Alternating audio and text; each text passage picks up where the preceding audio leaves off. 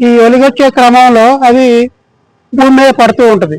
భూమి మీద పడ్డ వెలుగు మళ్ళీ రిఫ్లెక్ట్ అయి అది చంద్రుని యొక్క గ్రహానికి తాకిద్ది.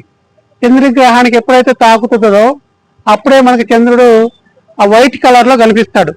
మనం ఒక లైట్ని కనుక గోడ మీద ఒక తెర మీద వేస్తే అది రిఫ్లెక్ట్ అయ్యి మళ్ళీ ఇంకో చోట ఎట్లా ప్రకాశిస్తుందో అట్లానే సూర్యుడి మీద పడ్డ సూర్య కిరణాలు చంద్రుడి మీద రిఫ్లెక్ట్ అయ్యి ఆ చంద్రుడి మీద మళ్ళీ మనకు ప్రకాశవంతంగా కనిపిస్తూ ఉంటాడు ఎప్పుడు. అయితే ఈ సూర్యుని చుట్టూ తిరిగేటప్పుడు ఈ గ్రహాలు ఒకదానికొకటి అడ్డు వస్తాయి. ఈ అడ్డు వచ్చినప్పుడు చంద్రుని మీద పడే కాంతి ఈ అడ్డు ఎప్పుడైతే వస్తుందో అప్పుడు చంద్రుడు ప్రకాశించటం మానేసి ఒక బ్లాక్ కలర్లోకి వెళ్ళిపోతూ ఉంటాడు. మనకు అంటే శూన్యంగా చీకటిగా కనిపిస్తూ ఉంటుంది. అదే చంద్రగ్రహణం.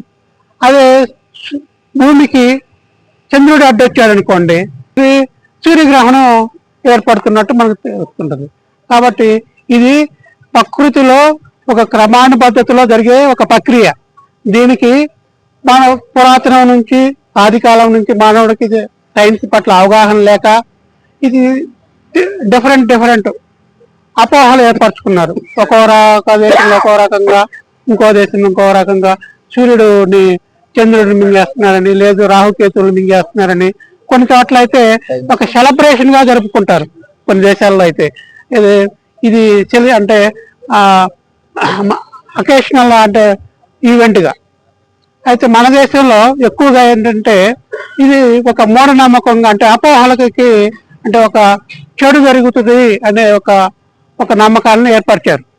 అయితే ఈ నమ్మకంలో భాగంగా ఏమంటే అన్నాలు తినొద్దని, బయటికి రావద్దని, చూడొద్దని, స్నానాలు చేయాలని ఇలాంటి అపోహలు క్రియేట్ చేశారు.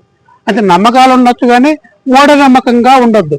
ఇది అసలు ఏంటి తెలుసుకోవాల్సింది. మనం పరిణామ క్రమంలో ఆది మానవం నుంచి దశకొచ్చాం కాబట్టి అసలు ఖగోళ శాస్త్రంలో ఏం జరుగుతుందో తెలుసుకోవాలనేది ఒక మన బాధ్యత.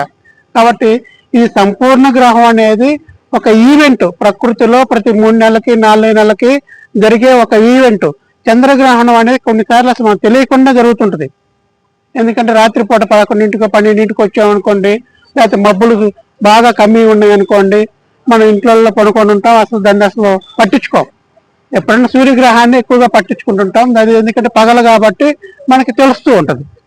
కాబట్టి ఎలాంటి మూఢనమ్మకాలకి తావీయకుండా మీరు ఈ కార్యక్రమాన్ని సంపూర్ణ చంద్రగ్రహణం అనేది ఖగోళ శాస్త్రంలో ఎట్లా జరుగుతుందని చూసి మీరు దీన్ని తెలుసుకొని ఆనందించవలసిందిగా కోరుతూ ఈ కార్యక్రమాన్ని నిర్వహించడం జరుగుతుంది. Thank you very much.